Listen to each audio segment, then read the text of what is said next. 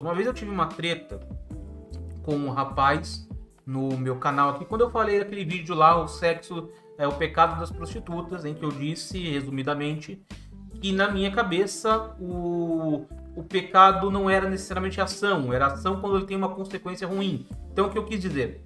O sexo não é necessariamente pecado. É pecado se ele é usado para o mal, se ele gera problemas. Por exemplo, porque na época de Jesus o sexo seria pecado? A prostituição seria pecado? Porque naquela época, mulheres que se prostituíam, primeiro, que não havia cuidado nenhum de proteção de doenças venéreas, nem se conhecia, eu acho, que questão de doenças venéreas. Então, um homem que tinha relação com uma prostituta, provavelmente ia pegar uma doença, ou ia transmitir uma doença de uma prostituta para outra, provavelmente ia pegar, e se ele estava cometendo adultério contra a esposa, ele ia levar essa doença para dentro de casa, para a esposa. E geralmente a gente sabe que as mulheres sofrem mais com doença venérea, porque afeta toda a parte uterina, ovários, os homens sofrem também, mas parece que os efeitos são menos devastadores nos homens do que são nas mulheres, né? Então tem essa questão, não estou falando com você, Siri. Não estou falando com você, Siri. Então tem essa questão. Fora que, né, não acredito que haviam métodos contraceptivos muito bem elaborados, né, na época de Jesus. Então, ou os métodos eram mais abortivos, ou as prostitutas iam acabar ficando grávidas. E eu não vou nem discutir aqui de métodos abortivos, porque muita gente que não é religiosa é contra o aborto, que não é cristã também é contra o aborto. Então, a questão não é, assim, é lógico que o cristianismo se importa mais com o aborto, mas não é uma questão que eu vou dizer exclusivamente cristã, é de sua maioria cristã, mas não é exclusivamente cristã. Então, aí temos essa questão aí do aborto, né, que literalmente o aborto é a extirpação de uma vida. Não vou discutir as questões sociais aqui, porque as mulheres estão lutando pelo aborto, não é isso, estou discutindo a questão aborto propriamente dito, é a extirpação de uma vida. E aí, como os métodos contraceptivos que as prostitutas usavam no passado eram abortivos, ou elas iam ter filhos ou filhas que iam crescer fora de uma família, e a gente sabe que no passado você, naquela região ali pelo menos, você crescer fora de uma família estruturada era ruim, você não ia ter oportunidades, você já ia ser visto como marginalizado. A filha de uma prostituta ia acabar virando prostituta quase que inevitavelmente, dificilmente ela ia conseguir ter uma vida, vamos dizer assim, fora da marginalidade. O filho de uma prostituta, se fosse menino, ia virar um garoto de programa também, ou ia se tornar um bandido, um ladrão, um assaltante. Não tinha muito para onde essas pessoas pudessem correr.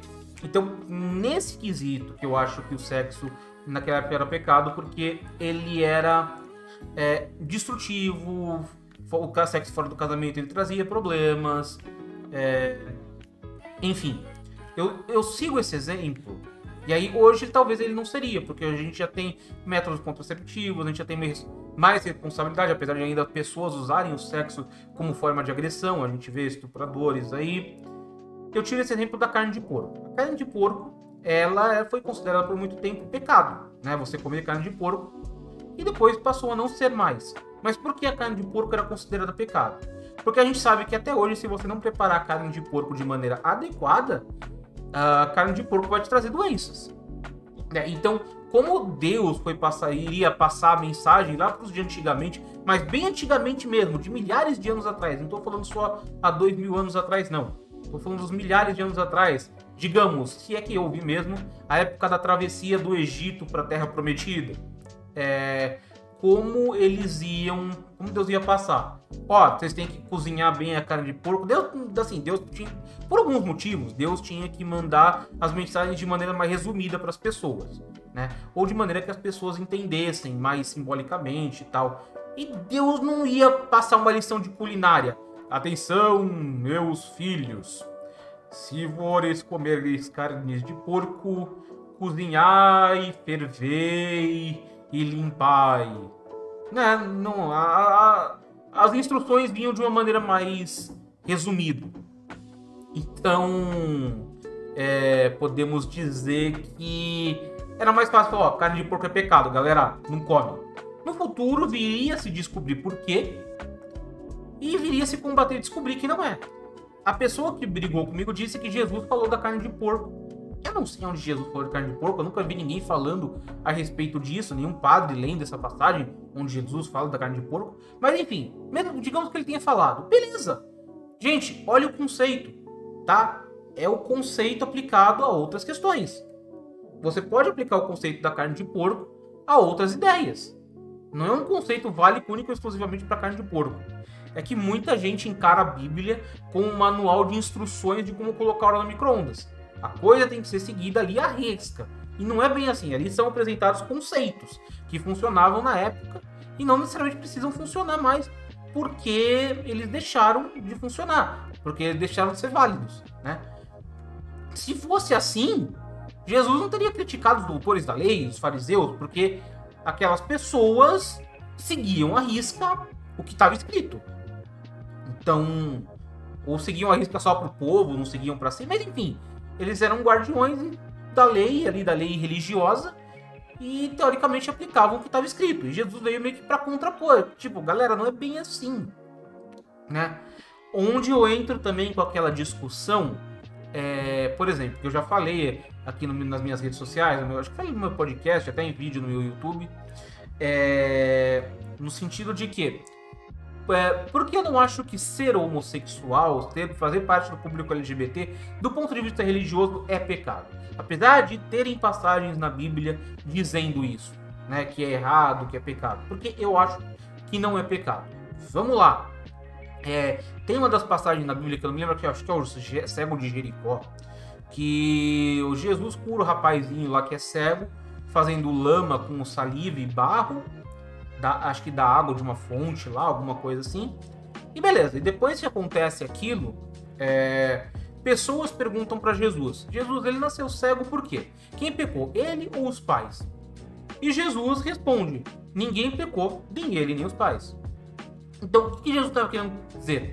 Uma pessoa nasce com uma deficiência, com uma deformidade física, porque não tem a ver com pecado, tem a ver com natureza. É lógico que você não tinha como falar de genética com o pessoal daquela época. Impossível. Tá? Impossível falar de genética com o pessoal daquela época. Então, Jesus optou a falar, não é pecado, gente. Não existe pecado nisso. Então, essas pessoas não são pecadores. Mas, Danilo, onde isso se aplica ao público LGBT? Bom, a gente sabe, a ciência já descobriu, já conseguiu mapear isso.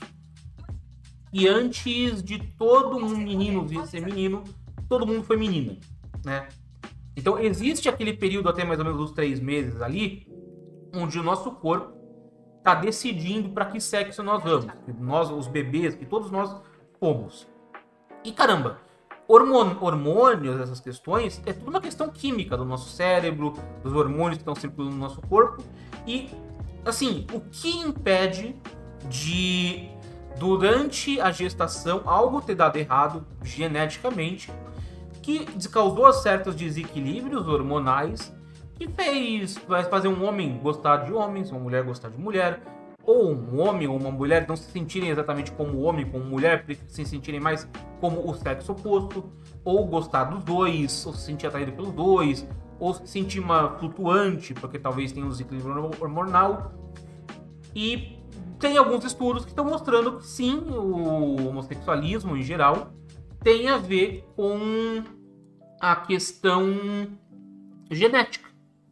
Então, se para uma pessoa com deficiência, seja visual, seja física, ela nasceu daquela forma e ninguém pecou, porque um homossexual, alguém do público LGBT também pecou? Não é. A regra se aplica aos dois. Mas, de novo, o pessoal vem naquela regra, a Bíblia é manual de instrução de como colocar hora no micro-ondas. Se você for seguir um caminho diferente, você não chega lá.